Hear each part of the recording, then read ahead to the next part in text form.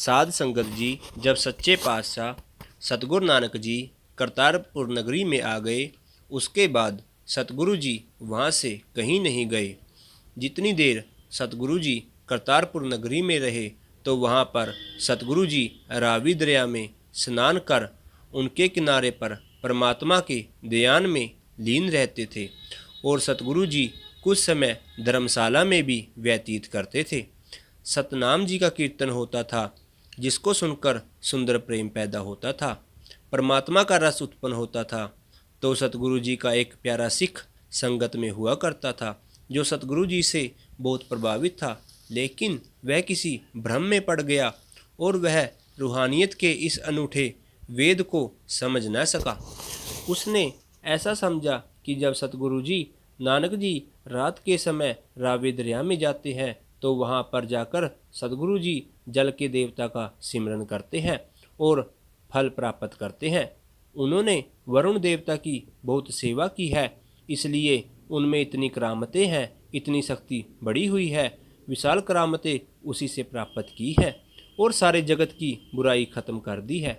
अब मैं भी उनका सिमरन करूँगा और मुझे भी करामतें प्राप्त हो जाएंगी, अलौकिक शक्तियाँ प्राप्त हो जाएंगी। इस तरह दिल में सोचकर उसने यह समझा और जब रात बीत गई तो वह भी दरिया के किनारे चला गया। तो जब वह दरिया के किनारे जा रहा था तो रास्ते में उसको एक व्यक्ति मिला जिसके हाथ में वीणा थी। तो उसने पूछा कि तुम कौन हो और इस वक्त कहाँ जा रहे हो? उसने कहा कि तू कोई चोर डाकू है। तो यह सुनकर उसने उत्तर दिया, मुझे चोर या डाकू ना समझो, मुझे सभी दरिया का मालिक जानो, मेरा नाम वरुण है, पहचानो, मैं श्री गुरु जी की पूजा करने जाता हूँ, हर रोज़ उनके दर्शन कर वापस आता हूँ। तो यह सुनकर भाई सैदा ने कहा कि मैंने तो कुछ और ही सोचा था कि शायद गुरु जी आपकी सेवा करते हैं, जिसके कारण उन्होंने इतनी करामतें पाई हैं और उन्होंने सभी रिद्धि सिद्धियाँ प्राप्त की हैं। इस तरह मैंने सोच रखा था और मैं आपकी सेवा करने चला था, लेकिन आपने मुझसे मिलकर सब कुछ समझा दिया है। अब मैं अपने मन को क्यों भ्रम में डालूं? तो यह सुनकर वरुण देवता ने कहा कि श्री गुरु नानक जी को आप गुणों की खान समझो। उन्होंने जगत के कल्याण के लिए और जगत के उद्धार के लिए अवतार धारण किया है। खुद करतार ने देह धारण की है। आप श्रद्धा धारण कर भ्रम में ना पड़े, इसलिए आप उनके चरण कमलों की सेवा करें। यह सुनकर भाई सैदो तुरंत वहाँ पर गए जहाँ पर सतगुरु नानक बैठे हुए थे और जब वह सतगुरु नानक जी के पास पहुँचे तो सतगुरु नानक जी को नमस्कार कर उनके पास बैठ गए।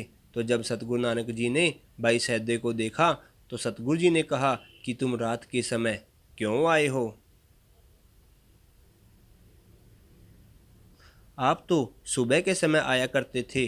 तो यह सुनकर भाई सैदों ने अपनी सारी कहानी सतगुरु नानक जी को बताई और कहा कि हे प्रभु जी, मैं आपका भेद नहीं जान सका, इसलिए मैं मूर्ख मत वाला भ्रमों में पड़ गया था। अब जाकर मैंने आपकी महिमा जानी है।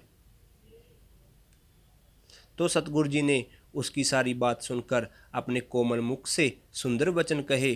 तो गुरु जी के वचन सुनकर उसके मन में श्रद्धा बढ़ गई और वह सतगुरु जी की सेवा करने लगा। तो वह गुरु जी के शब्द लिखकर विचार करता था और प्रेम के साथ सुनता था। सतगुरु नानक जी सदा ही धर्मशाला में बैठते थे। विशाल प्रेम पूर्वक कीर्तन होता था। देशों और विदेशों से लोग सतगुरु जी के व्यक्तित्व से प्रभावित होकर उनके दर्शन करने आया करते थे और वह बड़े ही प्रेम से सतगुरु जी के सुंदर वचनों को श्रवण करा करता था। जो लोग अपनी कामनाओं को लेकर सतगुरु नानक जी से मिलने आते थे, उनकी सभी कामनाएं पूरी होती थी और जो लोग इच्छाओं से रहित, कामनाओं से रहित होकर आते थे, उनको ज्ञान और सुख प्राप्त होता था। तो ऐसे ही सदा ही करतारपुर में बहुत भीड़ रहा करती थी और संगत को भोजन करवाने के लिए लंगर चलता रहता था।